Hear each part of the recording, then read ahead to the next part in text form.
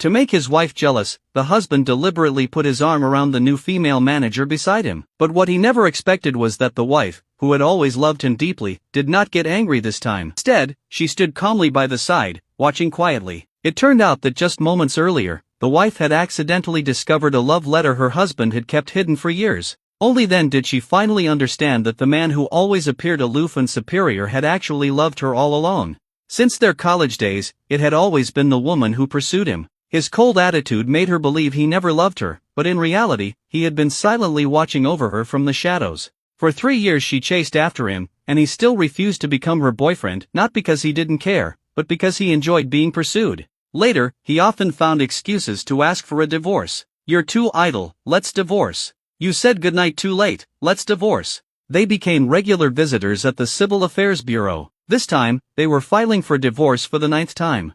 The staff even joked that the young couple had come again, saying it was always the woman who begged humbly to go back, and that even after countless attempts, they still hadn't divorced. The man was full of confidence, believing that this time would be no different, that his wife would once again beg him to withdraw the application. But after learning the truth, the wife had already made up her mind to leave him. She finally realized that her sincerity had only been treated as a toy for his amusement. After returning home, the woman packed her luggage and prepared to leave, only to discover that the only necklace her mother had left her was missing. She went to a bar to confront her husband. At that moment, his friends were mocking their divorce, all convinced that within 3 days, the woman would kneel and beg for reconciliation, because everyone believed she couldn't live without him. The man also thought she had come to apologize, but instead learned that she was there to ask about the necklace he had given to the new manager. He dismissed it as a trivial matter. Seeing his coldness, the woman decided not to argue anymore and turned to leave. Just then, an out-of-control car rushed toward her. Instinctively, the husband ran after her, pushed the new manager aside, and tried to save his wife. The woman was struck and fell unconscious on the spot. She remained in a coma for 3 days and nights before waking up in the hospital. The nurse told her that when she was brought in, her husband was frantic, like an ant on a hot pan, almost turning the hospital upside down. Yet strangely, when he heard she was about to wake up, he hurriedly left. Knowing the truth, the woman felt only pain and sorrow. On the day she was discharged, the man appeared at the hospital under the pretense of accompanying the new manager for a checkup. He coldly said he could give his wife a ride home, then announced that the new manager would be moving into their house.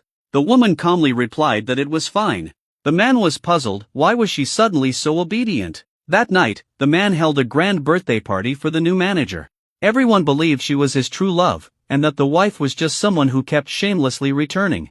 But only the woman knew that the new manager was merely a tool her husband used to torment her. She just wanted everything to end as soon as possible.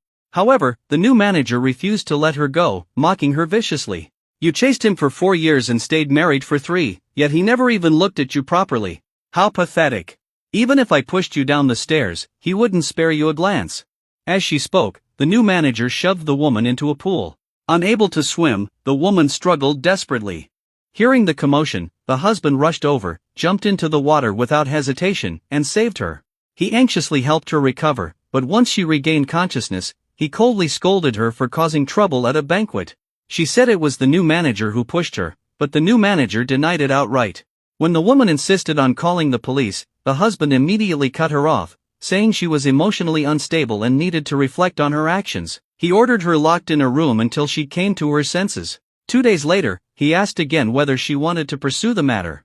She gave a bitter smile and shook her head, knowing that only by enduring could she escape the prison he had built with the excuse of love. Later, the woman insisted on attending a class reunion. Her classmates joked about how she had once chased the campus heartthrob, assuming she had failed. She didn't explain and simply smiled. Soon after, the man arrived with the new manager. To make his wife jealous, he kissed the new manager in public. The woman didn't even look at them and turned to leave. The man thought she left out of jealousy. The new manager chased after her, telling her to face reality and stop begging her husband to withdraw the divorce. When the woman tried to leave, the new manager grabbed her and was about to hit her just as the man's voice was heard nearby. The new manager immediately slapped herself and tearfully accused the woman. Blind to the truth, the man believed her and accused his wife of being cruel, once again taking a condescending stance and saying that if she wanted to remarry, she should show some sincerity. The woman calmly said, "I didn't hit her." Her eyes showed no trace of pleading. Finally, it was the last day of the divorce cooling-off period. The man waited for his wife to beg him, but she never did.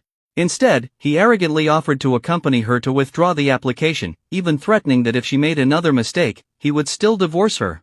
What he didn't know was that in her heart, there would be no next time. At the entrance of the Civil Affairs Bureau, the woman was thinking of how to distract him when the new manager suddenly called. Confidently, the man told his wife to go in alone to withdraw the application, then turned and left to find the new manager. The woman walked into the Civil Affairs Bureau by herself. The staff, out of habit, asked if she was there to withdraw the divorce application. This time, her answer was no.